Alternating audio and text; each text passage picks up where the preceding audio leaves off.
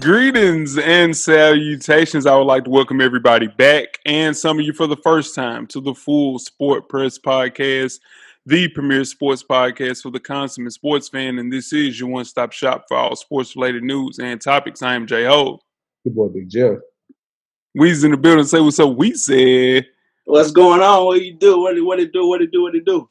Coach Lock back in the building. Say what's up, Cal. What's up, fellas? We back with another one. Sure, most definitely. Most definitely, man. Got our boy Jeff back. Got the band back together. Look at the band. Look at that.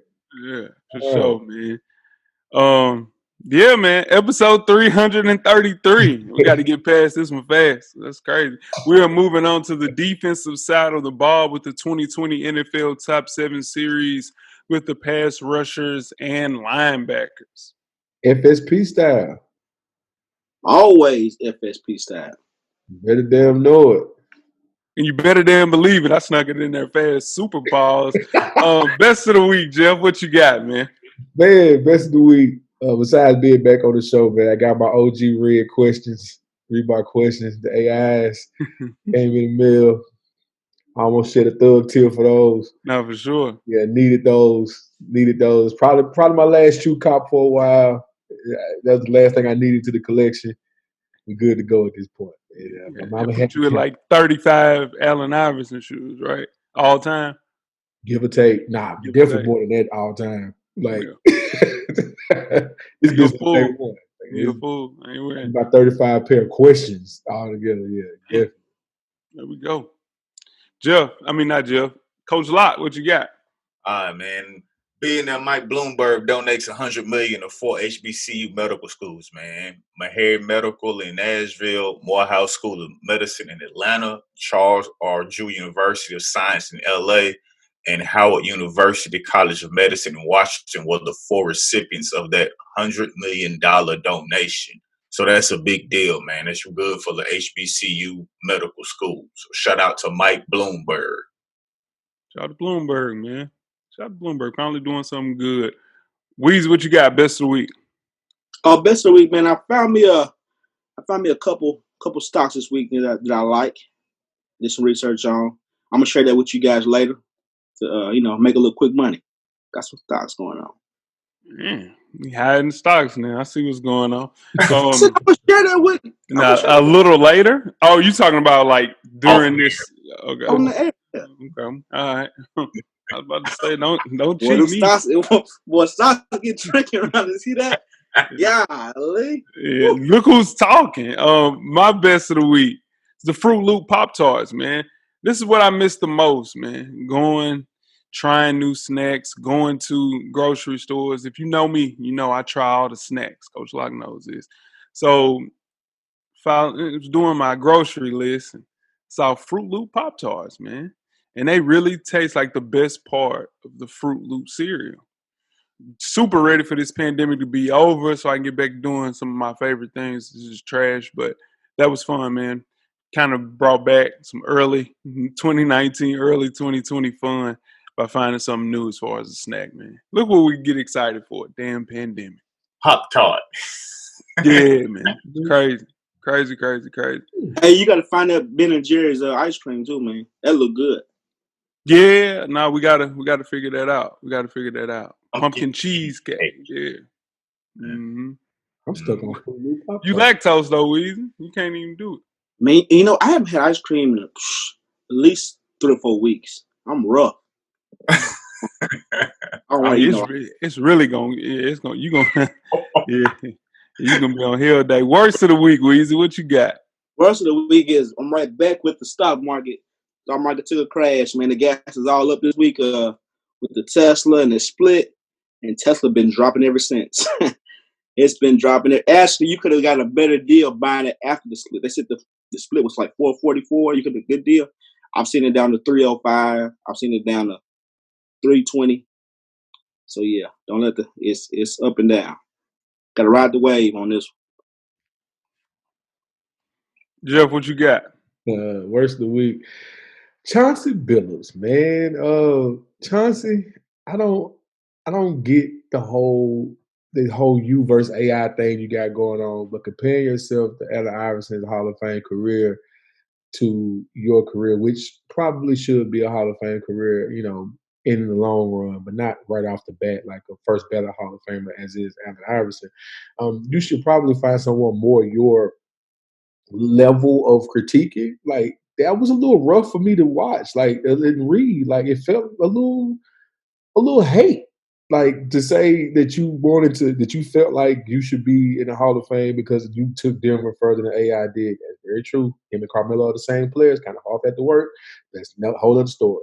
You won a championship with Detroit. You did win a championship with Detroit. You should have won more than one. And you also beat the Lakers team that was arguing on the court during the finals. Like we all saw this. Then you couldn't get over that hump ever again. So for you to say all those things to an MVP and one of the greatest shooting guards of all time, that was a little much for me, Chauncey. You should be worried more about Steve Nash getting that job over you in Brooklyn. That's what you should be worried more about than AI. And then he'll do it. Touch Jeff right there. They touch Jeff. Yeah, I got the Jeff. Yeah, hit a nerd. Yeah, for sure. Big nerd. Worst of the week, Coach. What you got? Man, with the pandemic going on, kids are at home and having to do the school work. Well, I came across a picture on Twitter where I saw two kids sitting outside on the curb at a Taco Bell in California just so they could do their school work so they could get some Wi-Fi. That's not it, man.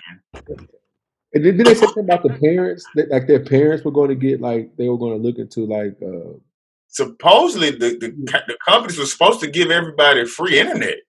Right. But I read Yeah. something like the parents were going to get in trouble for the kids doing that and all that or something like that because what happened with those kids being in front of Taco Bell the whole time using Wi-Fi. I don't know.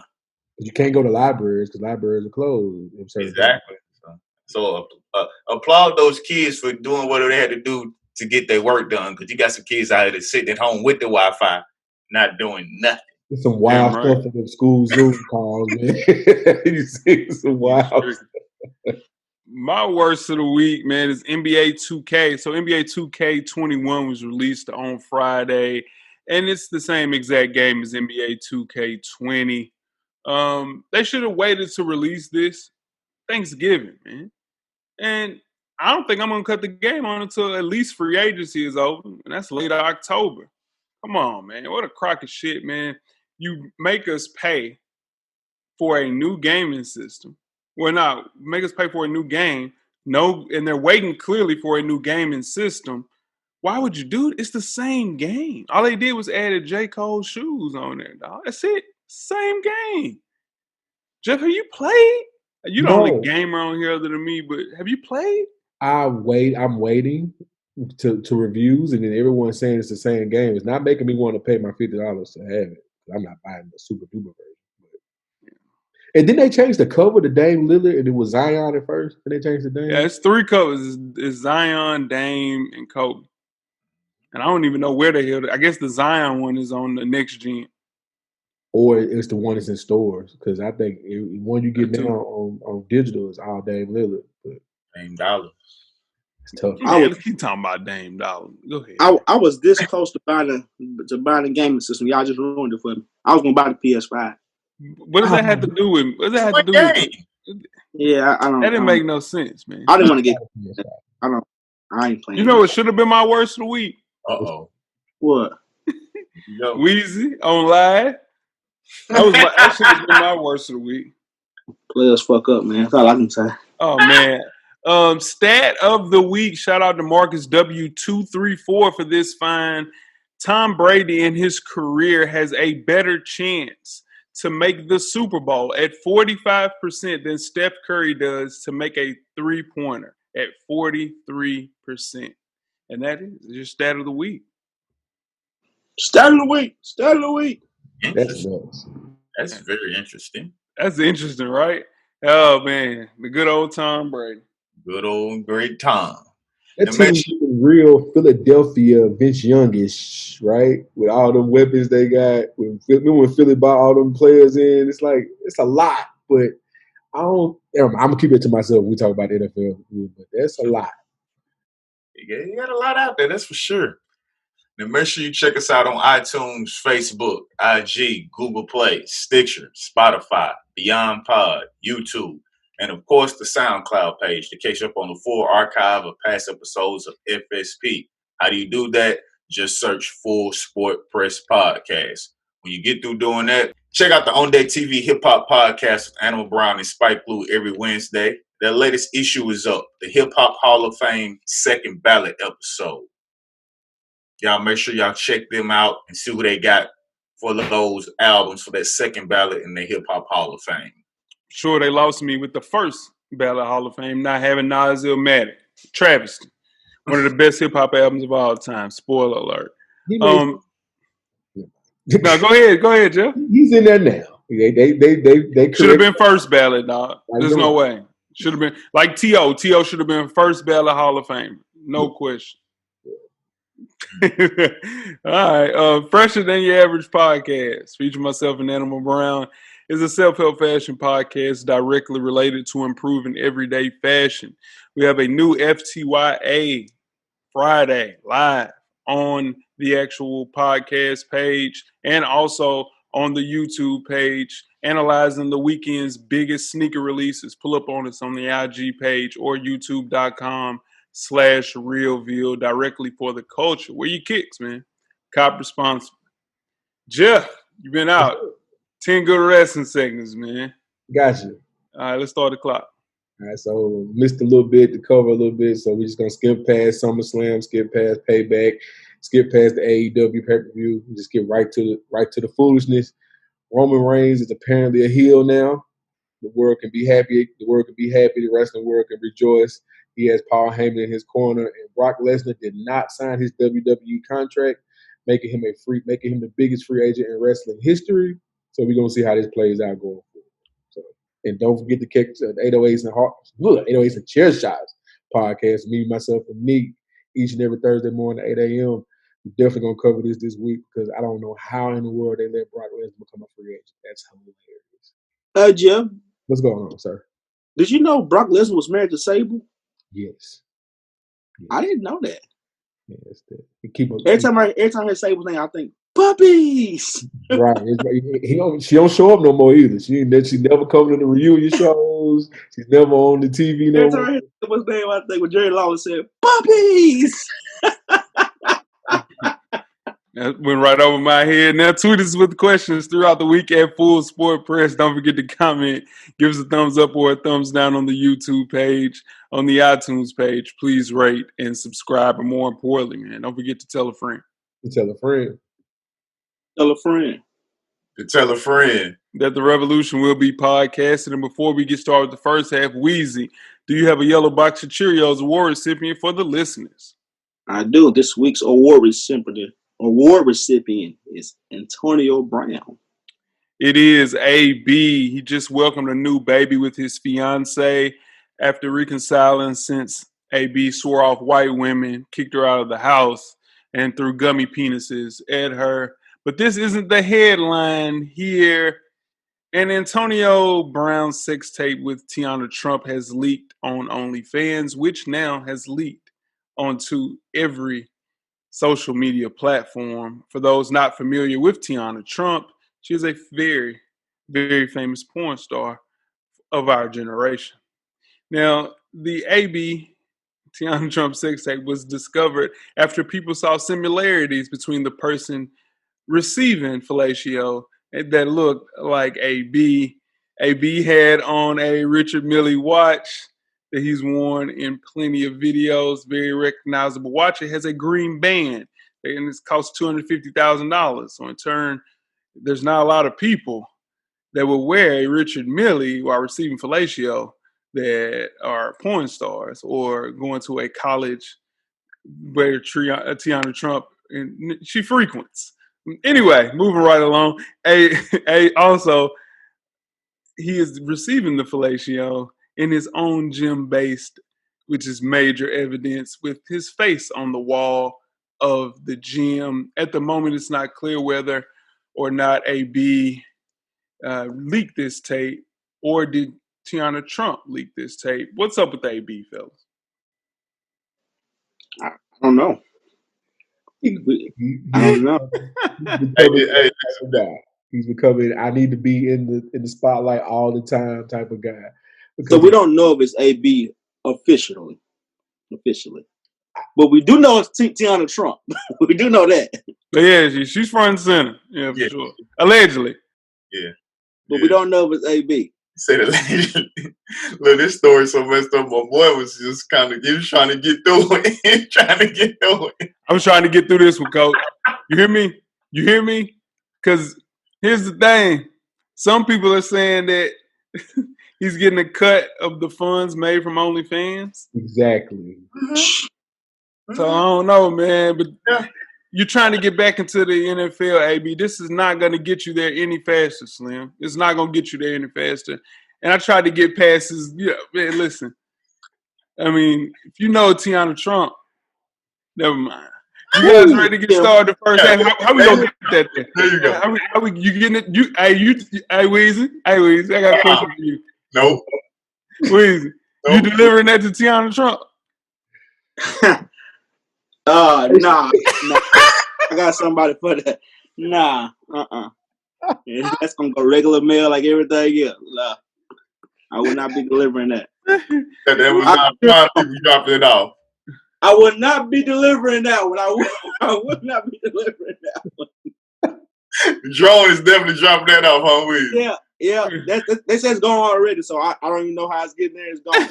It ain't got nothing to do with you. Boy, I'm going to do some editing on that. When you guys ready to get started the first half?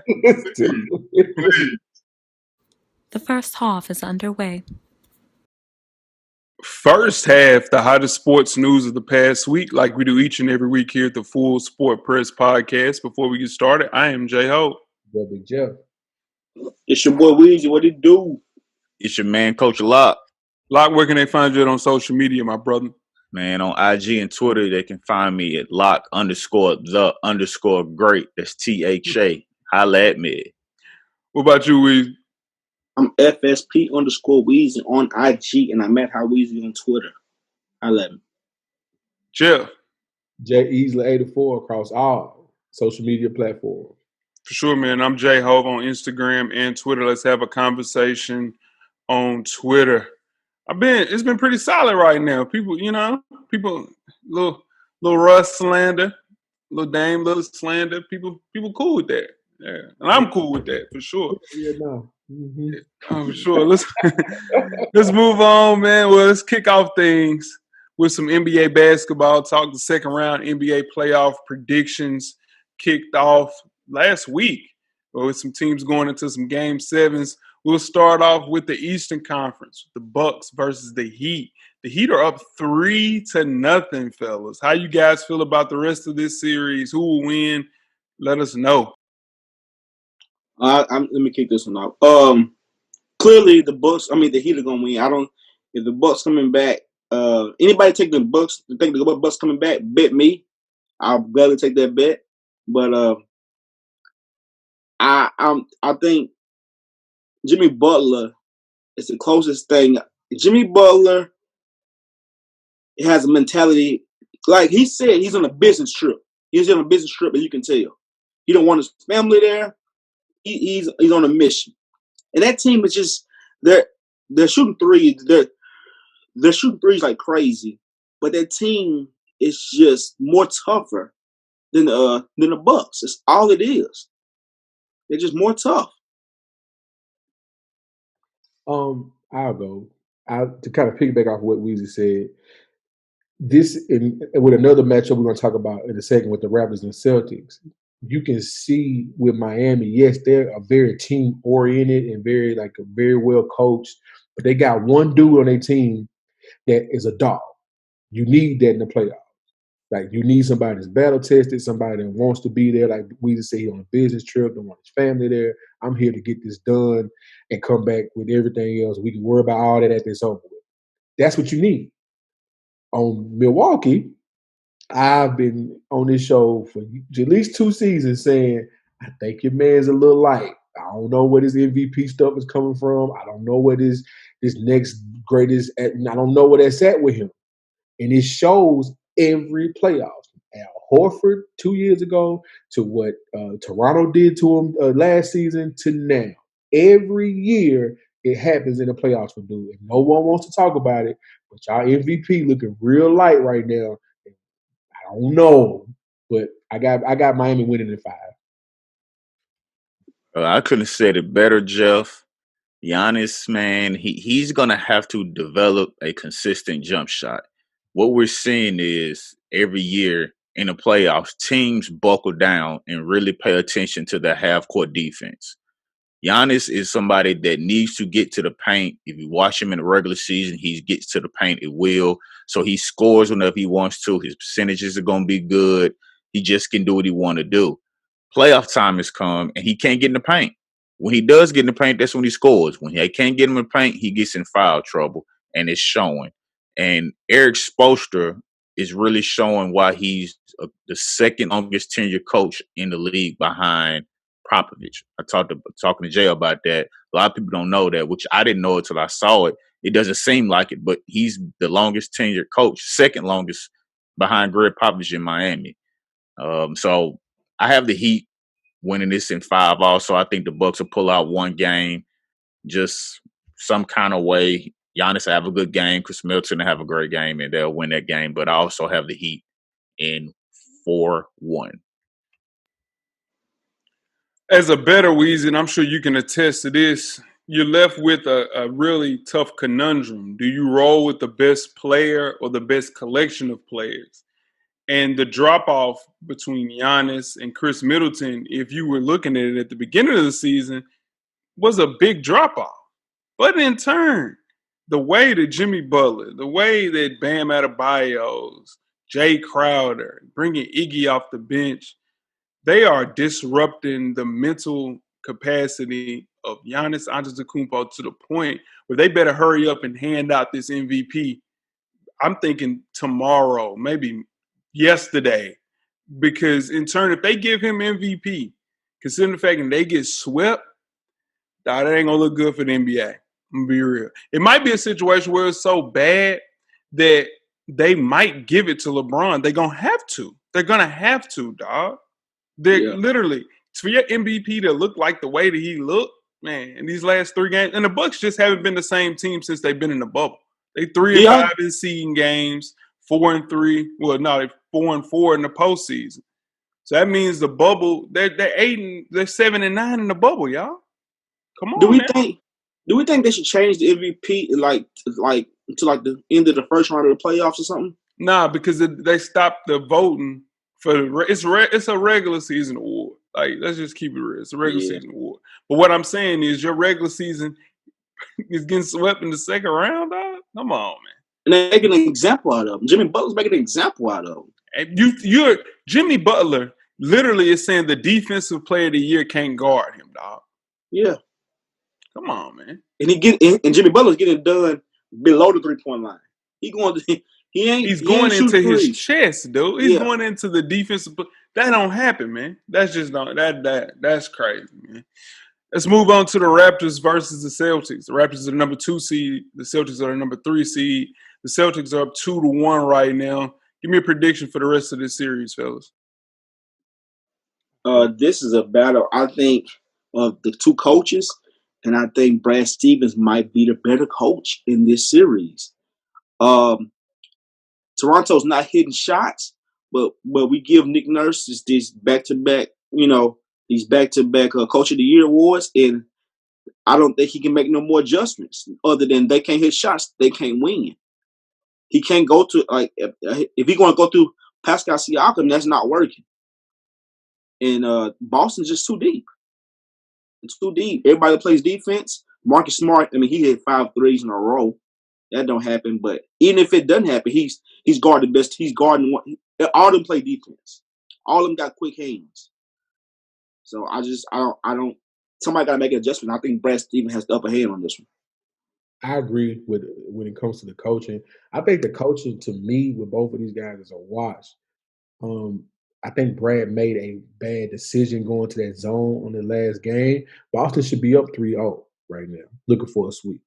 But going to that zone, leaving the OG wide open for that tray in the corner. You know, that 0.5 second was the longest 0.5 second I've ever seen in my life.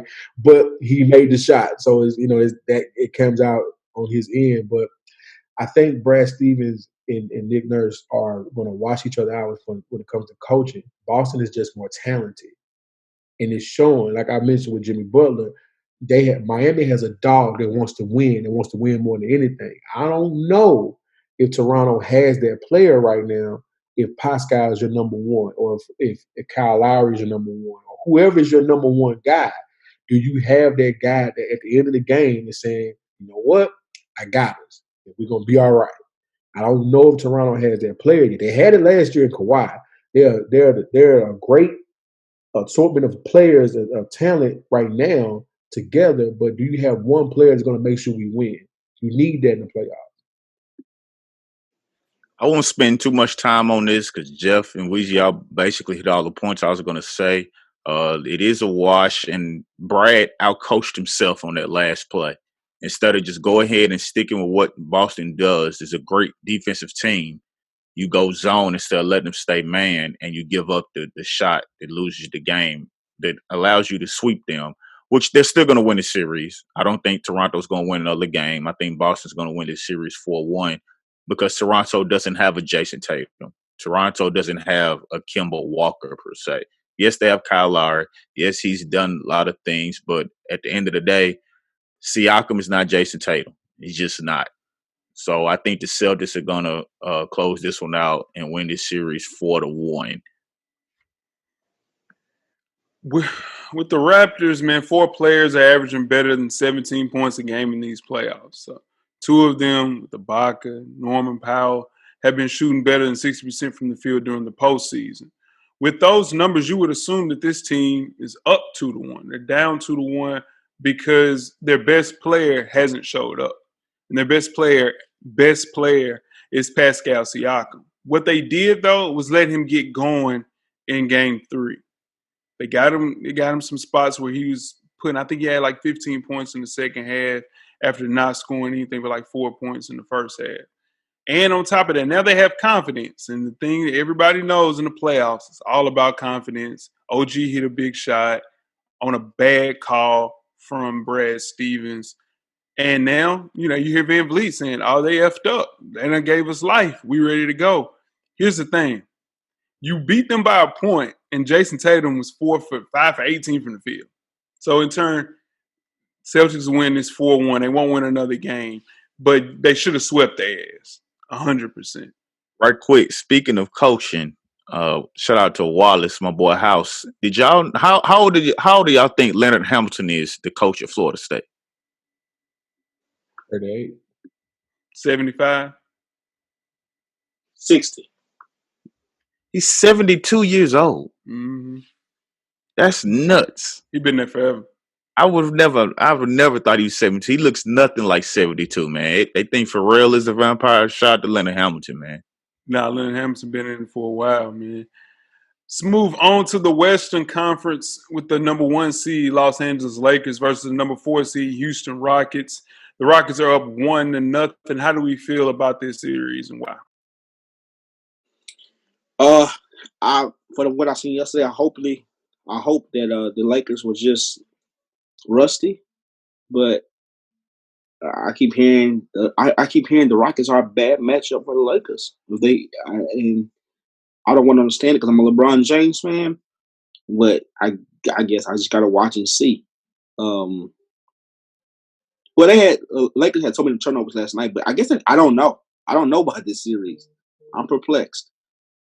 Throughout the regular season, once Houston went small, throughout the regular season, they went 2-1 against the Lakers. Now, throw the regular season out in the playoffs, I totally get it. But if you watch this game, what the Lakers' strength is their size.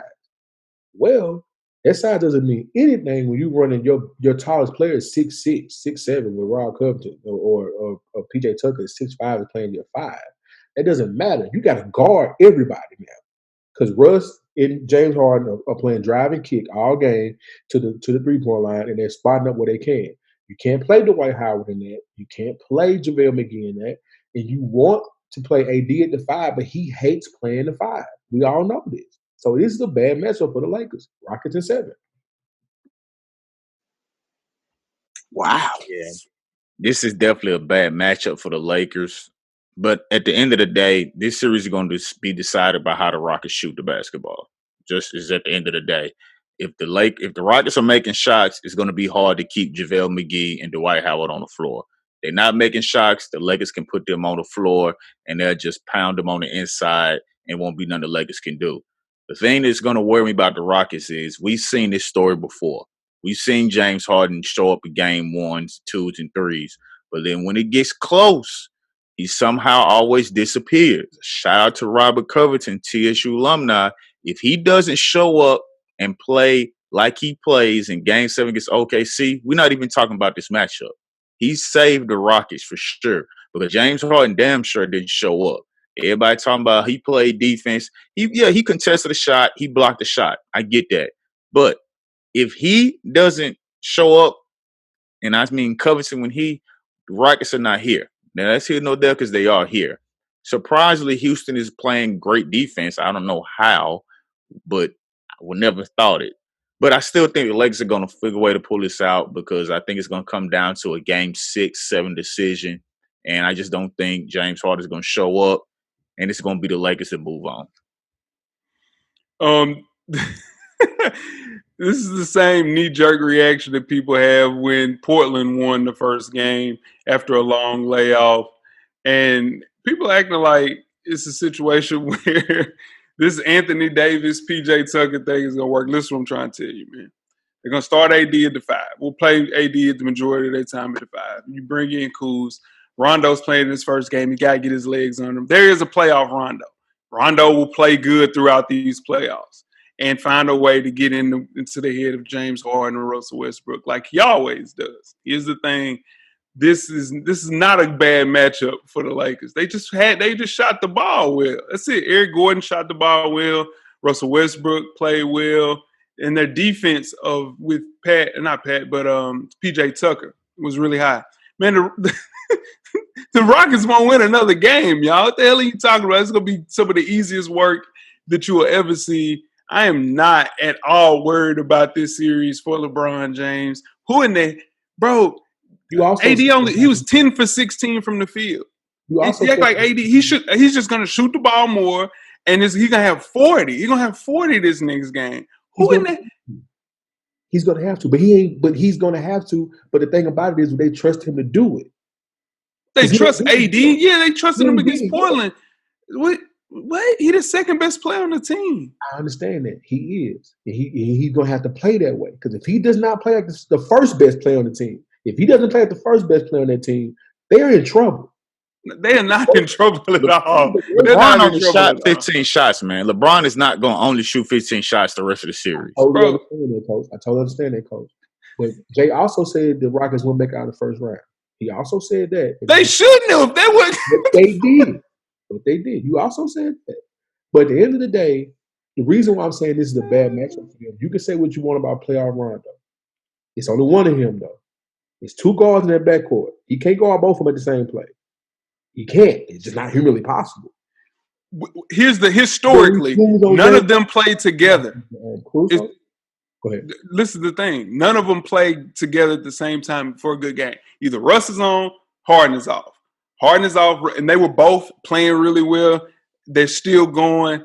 Hey, man, the Lakers do this, man. They make adjustments, and in turn, what happened with that second game against Portland? People said Portland was going to win this in 6. No one on this call ever said. Yeah, nobody. I'm talking about people on this particular podcast. Nobody on this podcast has Portland winning this series. Now you talk about reactions on Twitter and people who don't know basketball, people who just love to watch reactions and let their emotions get the best of them. Yes, I'm talking about people who really watch basketball. Anybody with common sense will say this: when Houston is on, I've said this. They went small. When Houston is on, they can beat anybody on any night because you shoot that many threes. You do 2 for 1. Is my 3 is better than your 2, no matter what. Man, no matter what. I guarantee you Houston will win this series. Whatever, who want to take the bet, whatever. I have the Lakers to win. So Man, See, that's Man, wrong. they might win another game. They They win- might win They another can win game. 3. It might win. Make it a bet, Jeff. They can win Make it a bet that they're gonna win Nah. another game. Look, Weezy trying to edge the bets, man. Let's go. Come on, man. So we. He said to go ahead and bet. He said go ahead and bet, Jay. I ain't betting nothing.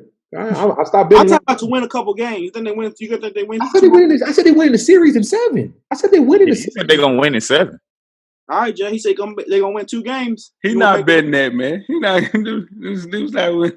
Make the bet, Jeff. Come on. Listen, what I'm trying to tell you, man. Those dudes, man. Listen, and they were talking shit. They was feeling good. He said whatever you want to bet. Chill out, Weezy, man. He not betting, man. You know what I mean? He don't. You down 13 bets. You trying to get somebody else in the hole with you? Ooh, he know he hot. He brought up my bag. He hot. Nah, I ain't hot about it. It's just people getting knee-jerk reactions off one game. And the Lakers been off 9 days, y'all. They've been sitting, watching TV, you know what I'm saying, building T-shirts, creating tie-dye shirts and shit, man. They ain't been playing, ain't worried about no basketball. They finna come and kick. They gonna beat their ass by 20 niggas game, man. This all I say, then we'll move on. If the Rockets shoot like this for 3 more games, they gonna win. But they not. We know they not. James Harden never does. He never can do it in a clutch time. We've seen this season after season. He always plays good at the beginning of series. They don't have to do it 3 consecutive games. They just got to do it 3 more games before the Lakers do it in 4 games. Yeah, I don't see that happen. And they ain't got to go play in Houston. It's all in the bubble, man. This shit all in the bubble. This shit. I heard somebody say PJ Tucker first team all defense. Man, get the fuck. The man was 10 for 16 from the field. AD was 10 for 16 from the field, and you said motherfucker get first team all defense for that. But what did I say in the group chat last night? That's great defense, just better offense. It's better. Our last series is the number 2 seed Clippers versus the number 3 seed Nuggets. The Nuggets up 1-0 right now. Give me a prediction for this series. Clippers, maybe 5. I think Kawhi Leonard's playing just as good as Jimmy Butler right now. Silent killer. He playing below the 3-point line. Now the person turning on and off in the playoffs is Kawhi Leonard. I've watched him do it plenty of times. I don't like the way he gets 30 points and have no emotion. I don't like that, but he'll kill him. He'll kill him, man. Pandemic P is out of his dark place. Now, that's what he said. He said he was in a dark place. He's out of his dark place.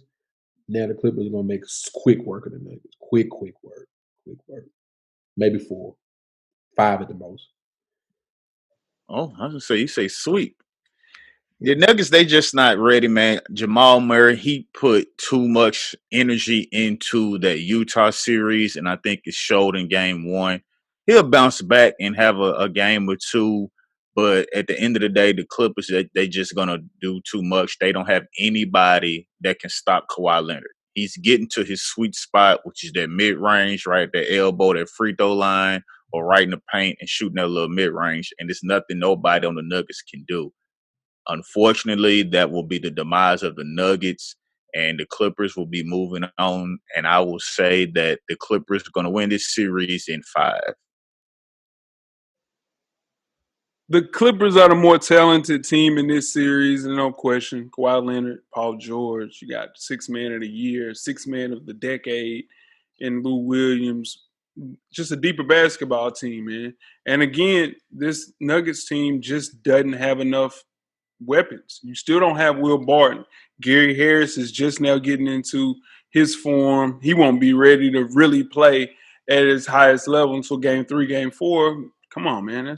They might be over by then. Then Michael Porter Jr. is in his first playoff series, and now he has to switch and guard Kawhi Leonard, or get switched, and Michael Porter Jr. will have to get past Kawhi Leonard, and he's just a little too thin in the cakes, man. So if you depend on him, Jokic playing the way that he's playing, this should be easy work for the Clippers. And they were on the same layoff as the Lakers. And that's just a testament of a coach preparing their players. Doc is a better coach, man, than Frank Vogel. He has these boys ready to play. What you say? Or a matchup.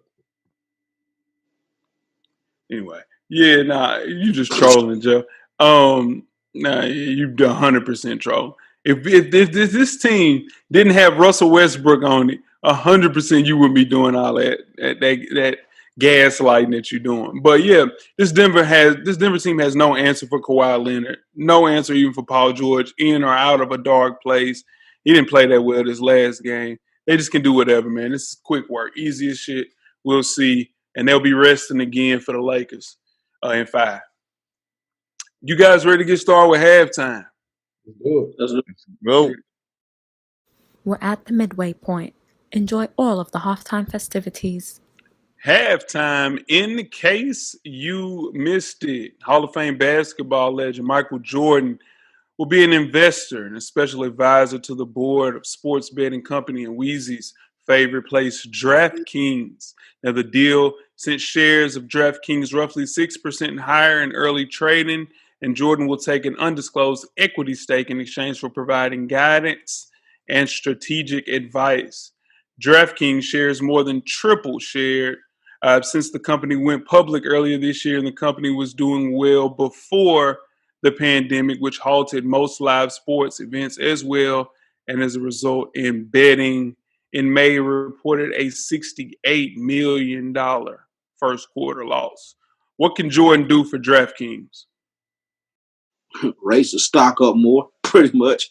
I mean, DraftKings. I don't know what he can do other than put money in it and make a much. He's obviously saying he still gambles to this day. That's what he's saying. But he's getting on the other side of it now, where he wants to make a little money on the other end. Michael Jordan gambling, match made in heaven. Works. It just works. Yeah, I don't know what else he can do besides just bring more attention to it because he's Michael Jordan. He's just gonna bring more traffic over to it to try to get them more money. I don't know what else he could do. Yeah, it's really a power move for Jordan. Just behind closed doors, he's gonna make a lot of money off of it. Yeah, Jordan will be a valuable asset to the company. He gives a face to the actual company, kind of like a brand ambassador. The best thing can happen with DraftKings is college football, with NCAA looking to split up their seasons for one for the fall and the other one for the spring. More games equal more gambling, which means more revenue. The idea of kind of splitting the 2 seasons can bring in more money, and you can have commercials where you're saying Michael Jordan is gambling. You know, you bring in some of his older friends, Larry Bird, whoever gambles, just to kind of make it seem as if gambling is cool and it's something for everybody to do. It can't do anything but help DraftKings, and it can only mean more revenue for both Michael Jordan and the Jordan brand as far as DraftKings as well. Match made in heaven, like Jeff said, for sure. You guys ready to get started with the second half? Let's do it. The second half is underway. Have the 2020 NFL Top 7 Series Part 3. We're on the defensive side of the ball, the pass rushers and linebackers. Before we get started, I am Jay Hope. Boy, Big Jeff. It's your boy Weezy. What it do? It's your man, Coach Locke. Hey, Jeff, why don't we do a top 7 for the offensive lineman? Y'all don't never want to do it. Yeah, for sure. Who the hell they going to match up with? Kickers? FSP and our listeners came together again to make a list of who we perceive to be the top 7 pass rushers and linebackers heading into the upcoming NFL season. Again, we appreciate everybody that sent in a list. We appreciate everybody that submitted a list on the offensive side of the ball and continue to do so as we move on to part 3 and part 4. This list is strictly related to the 2019-20 stats and performance, which means if they didn't play in 5 games, it's going to be tough for them to make the list for sure. And who has the best chance of maintaining their great play heading into the season? Without further ado, let's move on to the pass rushers. Kick things off. Besides quarterback, pass rusher is one of the most important positions in all of football. It's necessary for a team's defense to get pressure on the other team's quarterback in order to find success. So, who has the most devastating pass rushers heading into the 2020 season? Who wants to give last year's Let's move on. Who wants to give out last year's pass rushers rankings, starting from 7 to 1? I got you. Number 7 was Cam Jordan. Number 6, Myles Garrett. Number 5 is Mr. Steal Your Girl, Fletcher Cox. Number 4, J.J. Watt. Number 3, Von, I wear glasses, Miller. Number 2, I got traded for 2 first-round picks, Khalil Mack. And number 1, I'm not on steroids, but I don't believe him, Aaron Donald. Weezy partner day, ain't it? Yeah, there we go. Did you write? Is that on the CVS receipt, Weezy? Now, top That of was the dome. freestyle. It was freestyle. Yeah. That's off the dome. Yeah. Yes. Sometimes it works, sometimes it doesn't. So y'all know a mess up is coming soon. That's what. That was perfect. Keep your hands up, Willis. Just keep your hands up. All right, I got a fight, baby. You're 37218. Ooh. Okay. That's for the Robbers. Home of the Robbers. Honorable mention, man. Let's go with our first honorable mention. Locke's favorite defensive lineman, Joey Bosa. Lost a little bit of traction because his brother Nick had a great season as a rookie, but nothing invisible about him, man, and got the biggest contract in defensive lineman pass rusher history because of those great years that he put in with the Chargers. How you guys feel about Bosa being honorable mention? It's tough. It's gonna look funny in the light that we put him on honorable mention, but once we got down and did our list behind closed doors, that's just what we came up with. You could have this could be a top 10, top 12 list with how the pass rushers break down. So honorable mention is not a slight to Bosa, but when we get to this top 7, you'll see why he's weighing. Yeah, he just didn't have the monster year some of these other guys had. That's all it boiled down to. And like Jeff mentioned, we'll get to that here real soon. All right. Bosa, man. He's a dog, though. I love to have him on my team, matching with his brother. Let's move on to the next person, which is insane to say. Khalil Mack, Chicago Bears. When a player of this talent, caliber, is on an honorable mention list, and he was number 2 last year, I think it was just an off year for Khalil Mack. What do you guys feel about Khalil Mack, man? He just had a bad year, but he makes plays, man, when he needs to make plays for that team. I've seen him do it time in, time out. He's a game changer on defense. He really is. And his bad year is just in comparison to his other years. Like 80% of the players in the NFL on defense would love to have a year like Khalil Mack had last year, but it's just with the standard he set for himself. It was a step down last year. Yeah, this is my guy, man. Khalil Mack, he just, he had an average year, which is crazy to hear when you look at his stacks for you to call it average. But it just goes to show the guys on this list what kind of years they had. But he will definitely bounce back, so I'm not worried at all. Maybe it's just an off year, man. Fluke. We'll chalk it up to a fluke. Maybe he was injured. We'll say that. He didn't say anything.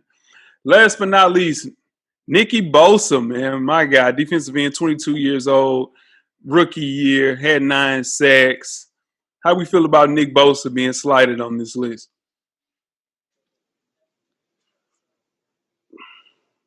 I'm on the fence about that one too. I think both of the Bosas should have made the list. But it's just I voted. Sky's the limit for the young man. We said 22, might be 23, right? I believe. So he'll be here. He'll be here for a long time. Again, this could be a top 12, but he'll be here for a long time. Shout out to my Niner, man. I wanted him on this list also. He's just gonna stay consistent, man. He'll hit his podcast and prove us next year why he needs to be on this top 7 list. For sure, man. Most collegiate rushers takes a little time to get acclimated. He didn't need it. He did not need it. He was a superstar of the 49ers defense. Made it easier for us to get rid of DeForest Buckner, and draft somebody else younger like Javon Kinlaw. Did we draft Javon Kinlaw? No, we didn't draft Javon Kinlaw. We drafted a defensive tackle. Forgot who it was. But we're going to put somebody in and plug in D Ford there, and we still have Solomon Thomas. So Nick Bosa is going to kill next year. He's a superstar, man. It's tough not putting him on this list. The list, starting with number 7, we have T.J. Watt, outside linebackers, 25 years old. Of course, the younger brother of J.J. Watt. One ranked last year, had 14 and a half sacks. How you guys feel about T.J. Watt being at 7?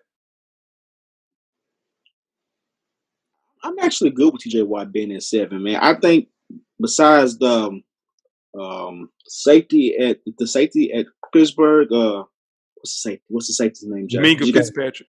Besides Minka Fitzpatrick, he's probably the second best player on this defensive team. So he's a stable for this defense. And Pittsburgh's known for having a good linebacker pass rush on this team, and that's TJ Watt. Yeah, Pittsburgh defense solid. Pittsburgh defense is very solid. I'll do you one better, Weezy. He's the best player on that Pittsburgh defense, and he's the best player named Watt in the NFL right now. Ooh.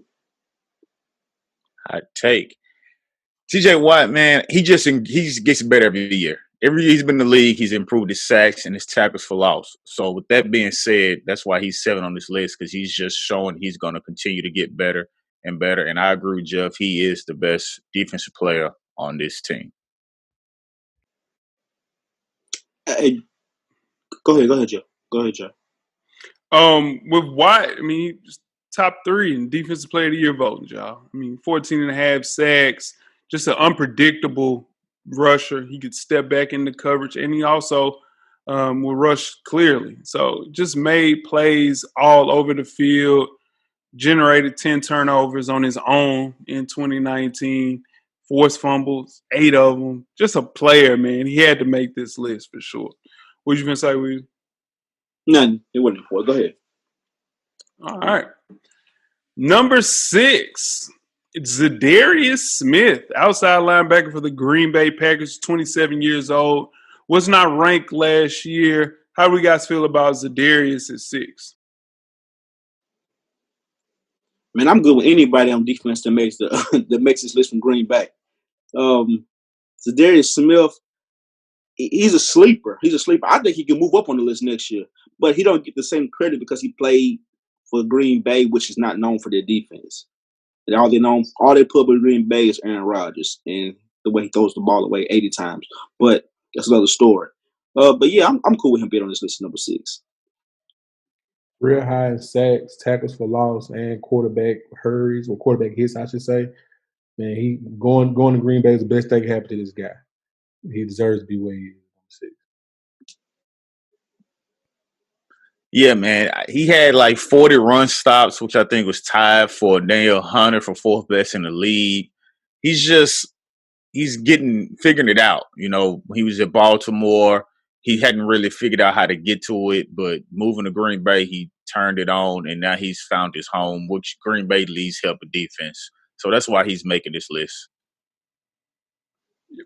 Here's the thing about Zadarius Smith. He didn't start playing football until his junior year of high school. He's a basketball player. So he's just now scratching the surface of how good he can become. Like, you got to think about this. He played at Kentucky. Kentucky's not a football school. He goes there, lights out there, gets to the league. It's behind a couple of people in Baltimore. Packers give him $66 million. He turns into a player. Worth every penny, man. Shout out to Zadarius Smith, one of my favorite defensive pass rushers for sure. Will he take over the same thing as Clay Matthews did at Green Bay? Nah, Clay Matthews, he was covering too. Like, this kid's strictly he's trying to get to the quarterback. No, what I'm saying is, like when you mention Green Bay defense, will his name come to mind like Clay Matthews' name? No, his hair ain't long enough. Let's move on to number 5, man. We got Shaquille Barrett, 27 years old. Also wasn't ranked last year for the Tampa Bay Buccaneers. How you guys feel about Shaq Barrett at 5? Hey, Shaq Barrett. They said they the Golden State Warriors right now of football, and might be on the defensive end too. On the defensive side, they got some players over there. And for Shaq Barrett, he came out of nowhere last year. I think he's gonna continue that. Anytime you play with Tom Brady, you got to match it. So he's gonna put up points on offense. You got to do your thing on defense to slow somebody down. You got the best chance to win. I think they'll do it. The fact that this guy was undrafted and now put up these type of numbers just shows you what, if you really dedicate yourself to your craft and really push what you need to be doing. I know it sounds cliche, but man, it's a great story. The fact that he's undrafted out of Colorado State. So shout out to him.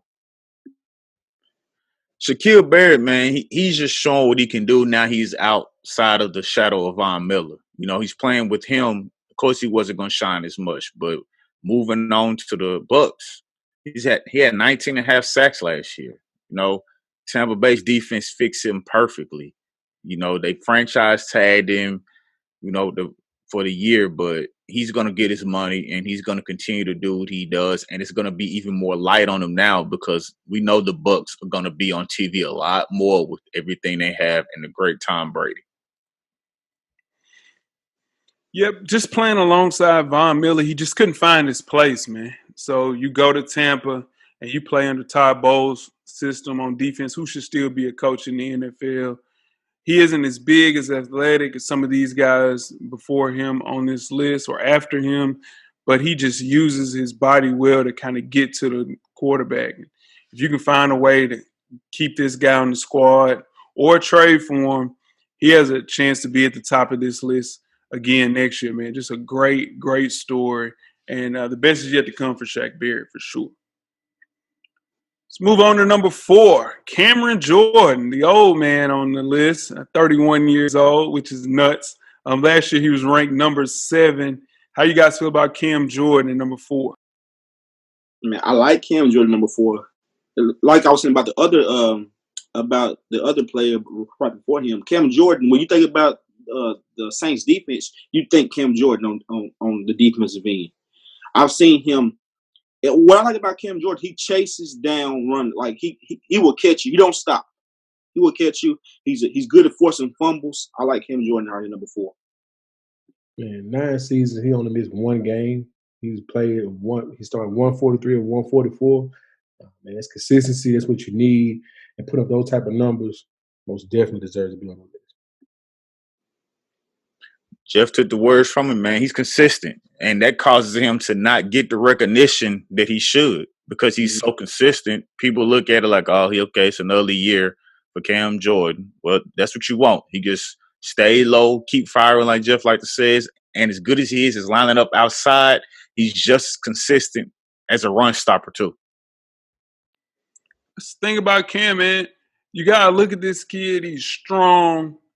He's taller. So in turn, it's kind of hard to chop, kind of easy to chop block him, but he still finds a way to get relentless and really smart. He's put up double-digit sacks in 5 of the last 7 seasons. And on top of that, he's playing on every game. You can put him on the inside. You can put him on the end. You can line him in as a damn D tackle because he's a run stopper. This is his best season, man. And I think, sky's the limit, even though he's 31. People are getting better with age, man. And heading into his 10th season with the Saints, he's only going to improve at 31 for sure. Number 3. Damn, we're already number 3? We moving, fellas. Number 3. Let the good times roll. Let them roll. Number 3, we have Myles Garrett, 24 years old. Plays for the Cleveland Browns. Last year, he was ranked number 6. How do we feel about Myles Garrett? All right. Let me tell you how good Myles Garrett is just off one of the worst things he ever done in NFL history. He took his helmet off and knocked the shit out of somebody on the field live on game without a helmet. He did that. I've seen it. And you know what? He got suspended for 6-7 games. And you know what happened to him for doing that? He got paid. He got paid. They paid him for it. They didn't ban him. They didn't say, "Oh, we're not going to blackball you. We're going to pay you for that." That's how good Myles Garrett is. That's how good he is. And I just let that sink in. He was on track to improve his already impressive 13.5 sacks the year before he did the whole helmet situation. As long as he stays on the field, he's unstoppable. He was the lone bright spot on Cleveland before he did that because Cleveland imploded last year. I think we know that. So I can't wait to see him back on the field. Yeah, I mean, he was averaging 1 sack a game. That's So basically, he was on pace to have at least 16 sacks. At least. Probably would have been more than that because, we get in division games toward the end. He's going to play a little harder and get a few more. But like we just said, man, Myles Garrett is just that good that they pay him after almost killing a man on the field. Seriously. It's honestly true. This kid, man, is one of the smartest, most skilled defensive players in the league. Just super powerful, super athletic. He can dunk a ball. He go between his legs and dunk a damn basketball. It's insane, man. You can't not pay that type of talent. Even if he did Donkey Kong a quarterback with a helmet, you got to keep him on the field. His mobility and agility combined with that speed, he's unstoppable. I think he will lead the league in sacks next year. Now, without a doubt in my mind, he'll be higher on this list. I think he is the best defensive lineman in the entire NFL. Mm-hmm. Let's move on to number 2. Chandler. Ain't mad at it. Let's move on to number 2, Chandler Jones. 30 years old, man. Wasn't ranked last year, which is insane. Let's talk about him, man. How you guys feel about Chandler Jones at 2? I don't know. Was it a contract given for him last year or something? Or that's just how he get down. Yeah. When you were not ranked last year and you come on the list and you make number 2 on our list and you get past Jay's, eagle-eyed stats on our phone calls, you pretty good on this list. You got to be pretty good. So I'm gonna give it to Chandler Jones. He's going to be one of the top 2 reasons, the other one being Kyler Murray, that Arizona is in play for a playoff position this year and pushing y'all 49ers to the brink both times they play. Serious. Ooh. Yeah, they're gonna beat them game 1, Joe. Okay. Well, we just said it. Whatever you want to bet, Weezy. Whatever you want to bet. We can bet all 13. Bet. Nah, I ain't doing it. Ain't no way. I ain't doing that. That's good. That's what I thought.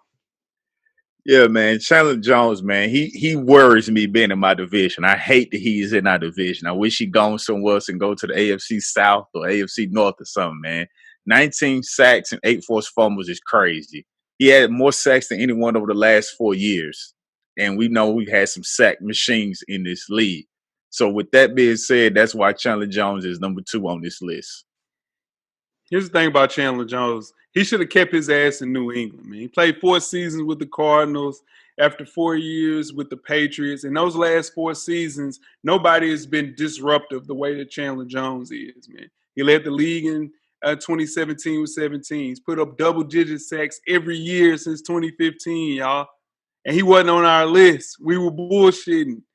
Top 2 in sacks in the NFL the past 2 to 3 seasons. Come on, man. And the scary thing, he's just 30.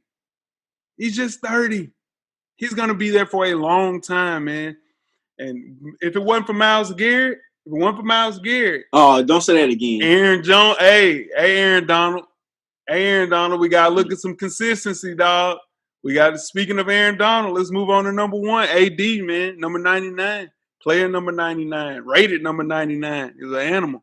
Los Angeles Rams, 29 years old. Last year, he was ranked number 1. He's been number 1 the last 3 years on our shit. How you guys feel about AD? I think, you can't deny what he does, man. And I've been watching his blog ever since during the quarantine because I ain't been watching nothing else to do. And he really looks like a Donkey Kong for real. He does. He likes a real Donkey Kong action figure.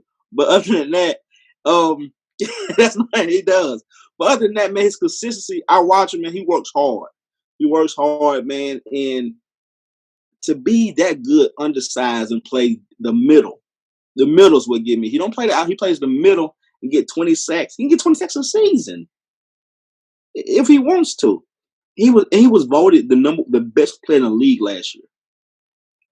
Come on, man. We talking about can't guard Mike. We talking about Saquon. He was voted the best player of the league. Tom Brady, Drew Brees. So you know what I mean, and and like I said, I watch his what's called. He cooks with seasoned salt too, man. So he ain't no health freak. He just works hard. He eat a lot of seasoned salt. I seen him. You have to send me that blog. I want to check that out. But to be the voted the number one player in the league as a defensive player, because it's an offensive league now. That says something. That says it all right there, dude.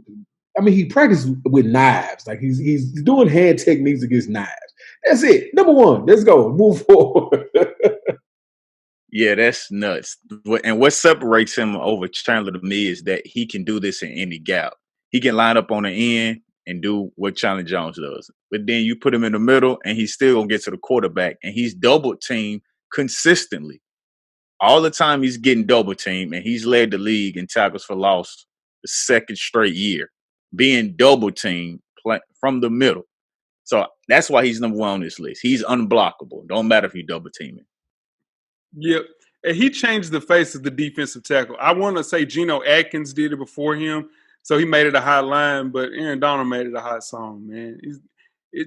There's no D tackle that moves the way that he moves. It's impossible. At the defensive tackle position, you're supposed to be a plugger. You're supposed to be there to stop the run. Like Warren Sapp. Yeah, no, for sure. Like plenty of those guys before him, you just put the biggest guy on the field and you plug up the middle.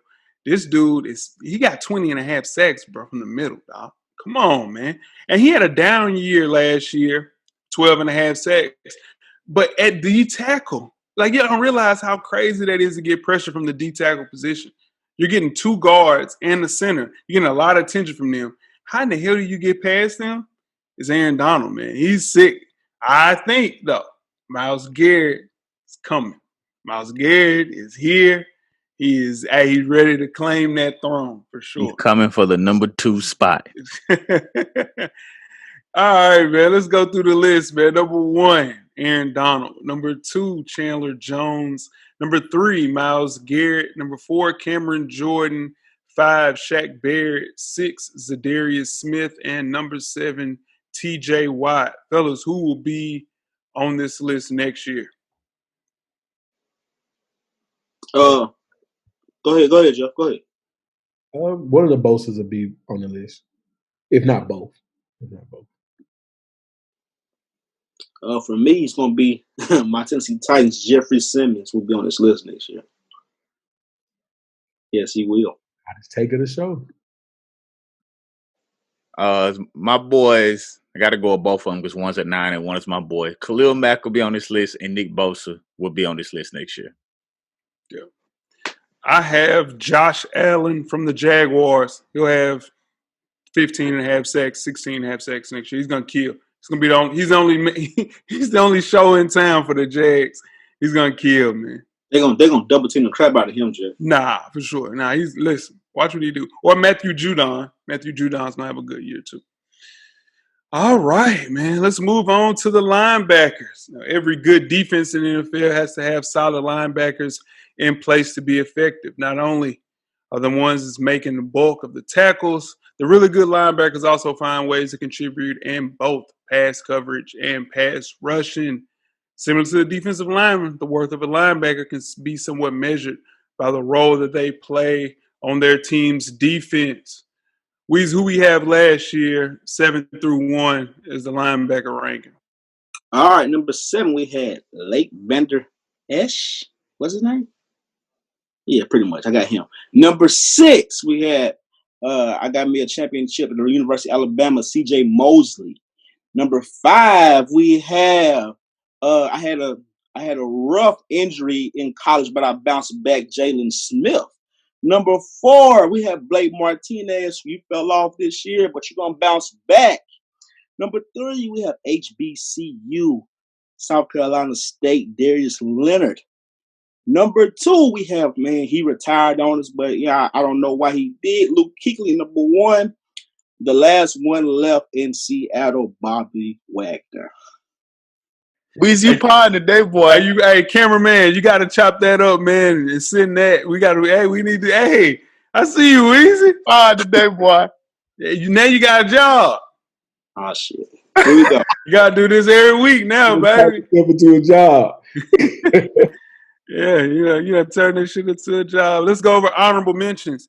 I don't know how he was left out. Jalen Smith, 25 years old, was ranked number 5 last year. Talk to me, man. Jalen Smith, how is he missing out on this list? I think he's missing out by a couple votes. It's not like his talent's not there. It's just a couple votes off. Look, somebody might have a couple more sacks than he had, or a couple more tackles than he had. That's it. My thing is this: when we get into the list, who are you removing for him? That's the only thing. I got some people. I'm sure you do. I'm sure you do. Yeah, he barely missed the list, man. It's like a photo finish. He just barely missed the list. He could easily be on this list that he just missed. But that's motivation. Which he had career highs and some things, but it just shows that everybody else on this list had good years too. Yep. If he wasn't splitting with Leighton Vander Esch, this kid would have 190 tackles a game, man. That's how crazy he is over the field. Number 2 honorable mention is Corey Littleton, Weezy's guy, now a Las Vegas Raider, 26 years old. Tough, man, to leave Corey Littleton off after the year he had for the Rams last year. Cool. All right, and last but not least, nobody gonna say anything? Everybody, y'all good? All right. I'm good with him not being on the list. Yeah. He's good. Go ahead. And last but not least, Dante Hightower, New England Patriots, 30 years old, wasn't ranked last year. This defense with the Patriots, they got to find a way to be a person, to be the face of the defense, and Dante Hightower's been there for a long time. That defense overperformed to me last year, and he was one of the main reasons behind it. So I can see why he's honorable mention. For sure. He didn't he take the year off this year also? Mm-hmm. So yeah, he won't be on the list next year either. Yeah, Dante Hightower, and he was the face of that defense last year. Besides that great secondary they had, he was like he's been there for a while. That's why he was. Oh, go ahead, Week. I said, unfortunately, he won't be there next year. So that's why he wasn't on my list, because he took the year off. So we know he's not going to be able to do anything going into this year because he's not playing. That's the main reason he wasn't on my list. All right. Well, let's get it, man. Starting with the list with number 7, we have Deion Jones with the Atlanta Falcons. Only 25 years old, man. Wasn't ranked last year. How you guys feel about Deion Jones at 7? I'm cool with Deion Jones being at 7. He's the only showing talent at defense though right now, besides the other cornerback. But like I'm nervous about him because Atlanta defensive ends really they have a good year. Then Vic Beasley comes in town, so here we go with that. Which he hasn't practiced a day for us in for the Titans. I don't know what's wrong with him. He still hasn't shown. Wow, and that's a whole other story. Never mind. I'm sorry. Deion Jones. I wish this kid was in Buffalo. I really do. Gets around the field. I always make it the right play. Like Weezy said, the only player on defense. One of the only players on defense in Atlanta. I think Atlanta's going to shock some people this year. That's a whole other story. But yeah, he's a good player. The jersey be number 7.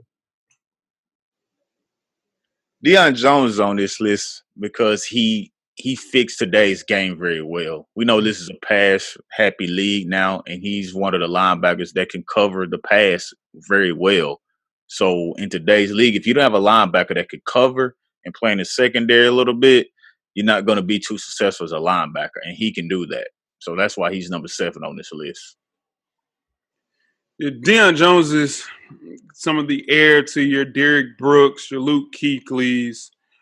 Just isn't the most definitive run stopper or tackler on the move, but he's one of those guys that can cover, man. To break into the elite category, though, he has to become a little bit better of a pass rushing threat because he only has 2 career sacks. But the way that he covers, man, he's a beast, man. Very, very welcome to be on this list. I just don't think he's better than Jalen Smith. Number 6, we have a San Francisco 49er. Young guy, man. Fred Warner, 23 years old. Wasn't ranked last year. How do you guys feel about Fred Warner being 6? From the year the 49ers had last year, and to be a linebacker and make this list, and you're playing with, one of the Bosa's and all those Donkey Kongs on that defensive line, to be a linebacker and make this list, you gotta have a good season. Number one, because they had the number 1 defense in the league last year. So I'm good with Fred Warner being a young guy to make his list at number 6. Hey man, for some reason, because the Niners defense is so talented, it has so many big personalities and names, we forget about this guy. But to me, with his stats over the last 2 years, and then y'all paid. Who was the linebacker y'all brought in on the offseason this year? Quan Alexander. Alexander gave him the big money. Fred's is coming though, because he's putting up numbers the way he needs to get paid as well, and that's going to be fun to watch if y'all got that much money to spend because where it's coming from.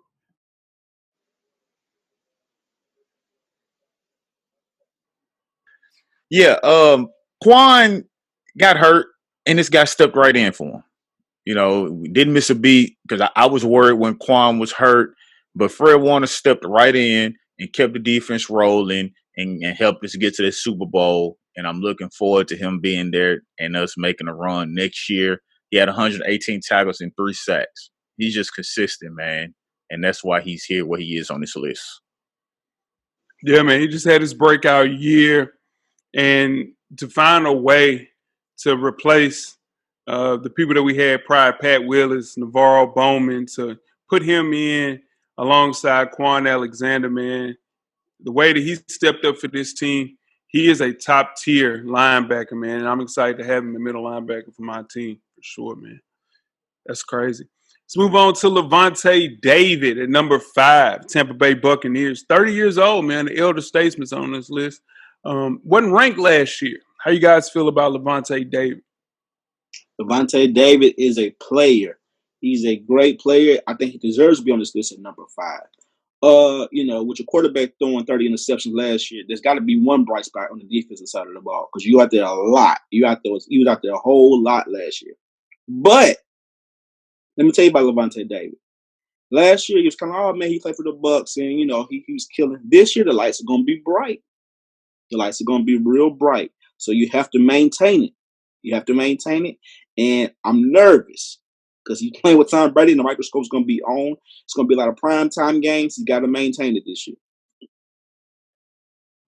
He ranks third we're current linebackers between him, Bobby Wagner, and Luke Kuechly from last season as far as 126 combined tackles, 14.5 tackles for loss for each season. Like, man, this dude's everywhere. Like we would say, he's on the field a lot more than he may have been last season. Man, I see the slight, but it's all good.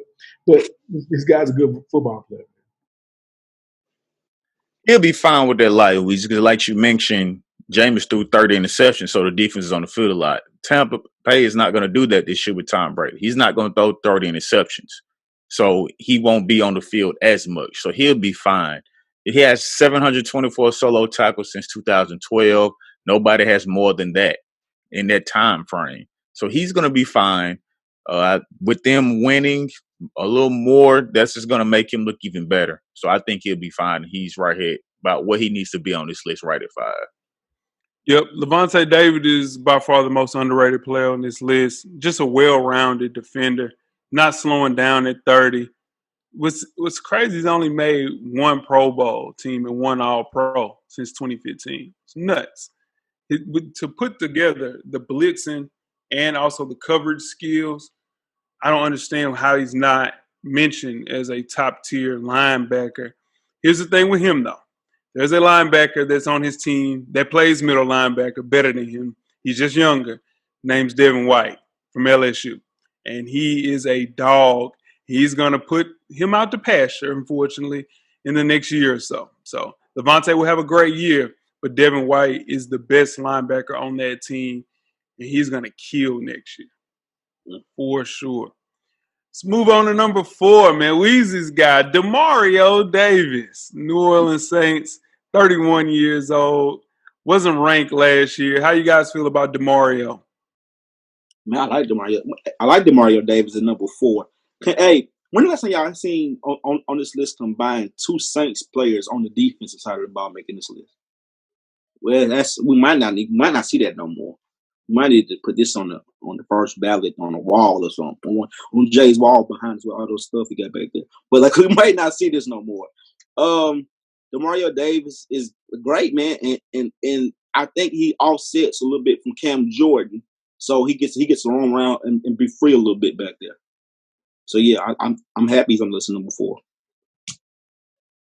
We got one more Saints player to hopefully make the list next week at the corner position. But you know there. In all seriousness, though, Mario, he's a little older. He and Cam are both a little bit older, so I'm hoping they can keep this up for one more year to justify this ranking. That's my only concern is the age. That's it. Yeah, he had 111 combined tackles, 11 tackles for loss, 12 passes defended and interception. He's just great for the Saints because, like, we know they're not really known for their defense. When everybody talk about the Saints, it's all about the offense. Drew Brees can't guard Mike. But, he plays okay in the coverage, but he's just a good, solid linebacker that you would normally see from that position. He's not going to go back and lock down anybody in the field. He's okay secondary coverage-wise, but he's your hard-nosed, hard-hitting linebacker. The Saints signed DeMario to a 3-year deal in 2018 to kind of help out an underperforming linebacker corps. And what they were trying to do is, use him as an elder statesman to kind of get these guys to do the right thing. And what they found, this kid still had a lot of gas left in the tank. Really good disruptive linebacker. And I think he's the best pass rusher at the linebacker position who, not named. A lot of these linebackers do a lot of coverage. This guy's a pass rusher and also a cover guy. So early in his career with the Jets, he didn't look anything special. He was just out there going through the motions. But you got with the Saints, man, he turned himself into a player, only missing 5 tackles last year, y'all. That's insane, man. Unbelievable. Won't make it next year, though. Let's move on to number 3. Eric Kendricks, Minnesota Vikings, 28 years old. Wasn't ranked last year. How you guys feeling about Eric Kendricks? Man, I like Eric Kendricks a lot. It might be because he got long hair, and I ain't got no hair, but I like Eric Kendricks a lot. I feel like if he played for like one of those defensive teams like a Pittsburgh or Baltimore or San Francisco, who's known for their defense, he would probably be on commercials and everything. Dude is a player. He's a player. What's his ranking on Madden, Jay? He's at 87. Yeah, he's a player. He's a player. I like Eric Kendricks, man, for real. That's a little low for him too. That's low. You don't think so? 87 is really good. It's good, but it's not Ain't like 96, 94. He shouldn't be that high, y'all. Hell no. Deion Jones is at 87. Bobby Wagner. Aaron Jones, Aaron Donald's 99, right? Ain't no question. Yeah. What's Myles Garrett? Like 87? Okay. So yeah, he about right there, yeah. That should let us know, man. I said this dude right here is a player, man. If he played for anybody else's team, he would be on commercials like Ray Lewis was with Under Armour and all that stuff, man. He's a player. We must protect his house. He's consistent, coming off a career year for the Vikings. They're going to need him. They lost their number 1 receiver, so they need a defense to step up a little bit this year. It's going to be fun to watch him play. He has the most pass defended for a linebacker that's ever for the NFL. Past season, he had 12 pass breakups, so shout out to him. Yeah, he's number 3 on this list because he can do both. Like Jeff mentioned, he's great in coverage, but he's also good against the run. And that's what you need from the linebacker to be on this list and to be toward the top. You have to be able to do both. You can't be great at one and just average at the other one. He's good against both, whether you're passing or you're running the ball. So that's why he's number 3 on this list. Yeah, Eric Kendricks, man, is a combination of very high football IQ and anticipation. I think he's the closest thing to Luke Kuechly currently playing in the NFL. If you use him the way that Mike Zimmer does, there's no real weakness in his game, man. That's why their defense looks like that, is because of Mike Zimmer. Danielle Hunter, Harrison Smith over the top. You have Anthony Barr. They are loaded, man. And Mike Zimmer gets the best out of this defense. And I think that Eric Kendricks, if you're not Harrison Smith, who's a dog, is the best player on this defense, man. Just a tackle machine, man. He's everywhere. Just an expert at the linebacker position. Number 2, we have Darius Leonard. This is Coach Wayman's guy, Indianapolis Colts, 25 years old. He was ranked number 3 last year, so he's moving on up like the Jeffersons. How are we feeling about Darius Leonard? I think Darius Leonard might be quietly the face of this franchise as we, you know what I'm saying? Because, Jacoby Brissett got hurt. T.Y. Hilton got hurt. They got Alvin Mack, which is good. Like, who's their tight end? They don't have one. Darius Leonard is the face of this franchise. He's definitely the face of this defense. He's definitely, and he play with that, and he plays with that whole, I'm slept on type of mentality. So he's a killer out there. So I like him right here. Keep this short and sweet. He'll be number 1 next year. All right. Do your thing, Jay. Hot. Me. Darius Leonard, man, he just does it better to me than Eric Kendricks. Anytime you got 5 interceptions from your linebacker, 5 sacks, 121 tackles, what more can you say? That lets you know that you're doing it all. You all over the field. I ain't got nothing to say about him being at number 2. Yeah, Darius Leonard, man, is just a little bit better than Eric Kendricks. Not a lot. And I think if Eric Kendricks played on this defense, he would get this. He would do the exact same thing. There's just so many good players on that Minnesota team. He can't do everything, so he just gets the rest. And he's better at tackling than a lot of those other guys. But yeah, Darius Leonard's a dog, man, just an animal. The face of the franchise, Weezy. I couldn't have said it better than that, man. Just a great cover linebacker, and he also come in and make some sacks, man. So yeah, I don't have a problem with him at 2. I really think he should be number 1. Speaking of number 1, we have Bobby Wagner from the Seattle Seahawks, 30 years old. Last year was ranked number 1. This year, he's ranked number 1 again, man. Not a 99 on Madden this year, though. 98. They did him dirty, Jeff. They did him dirty. 159 tackles last year, man. Let's talk about Bobby Wagner. Bobby Wagner, man, Mr. Consistent, man, all over the field. I mean, the Legion of Boom is gone, but he's still there, and he's keeping it alive, man. I don't think they have more. He's not the face of the franchise because Russell Wilson's there, but he's 1A, 1B. He's there. People know he's there. Best linebacker coming into the season. Again, I do think Darius Leonard will unseat him. He won't have a 3-peat at number 1, but he deserves number 1 going into this season. Absolutely. Ain't much more to say, man. Bobby Wagner, he is Darius Leonard before Darius Leonard. 159 tackles, 14 pressures. He does it all, and when he's the lone, like Weezy mentioned, the lone guy still left in Seattle off their defense, and he's still getting it done with all those guys gone. So that just shows how good he is. For sure, man. He is a dog. He's an animal. He uncharacteristically missed 10 tackles last year, though, y'all, which is stupid, right? Compared to the fact that he only missed 3 the year before that, 2 the year before that. Insane, man. Just a tackling machine. He's the barometer for the linebacker position. He's so smart on the field, so quick to the ball. He's the best backer currently playing football right now at the linebacker position, man. And the way that Pete Carroll uses him in coverage and also lining him up as a pseudo pass rusher, he's amazing, man. He's great. I think he's on the decline. I think we've seen the best of Bobby Wagner is what I'm saying. No. Tell you what, man, to be on this top 7, you would have to be the face of the franchise on defense, wouldn't you say, fellas? If not very close. Yeah, very close. Yeah. For sure. So let's go through the list. Number 1, Bobby Wagner. Number 2, Darius Leonard. Number 3, Eric Kendricks. Number 4, Demario Davis.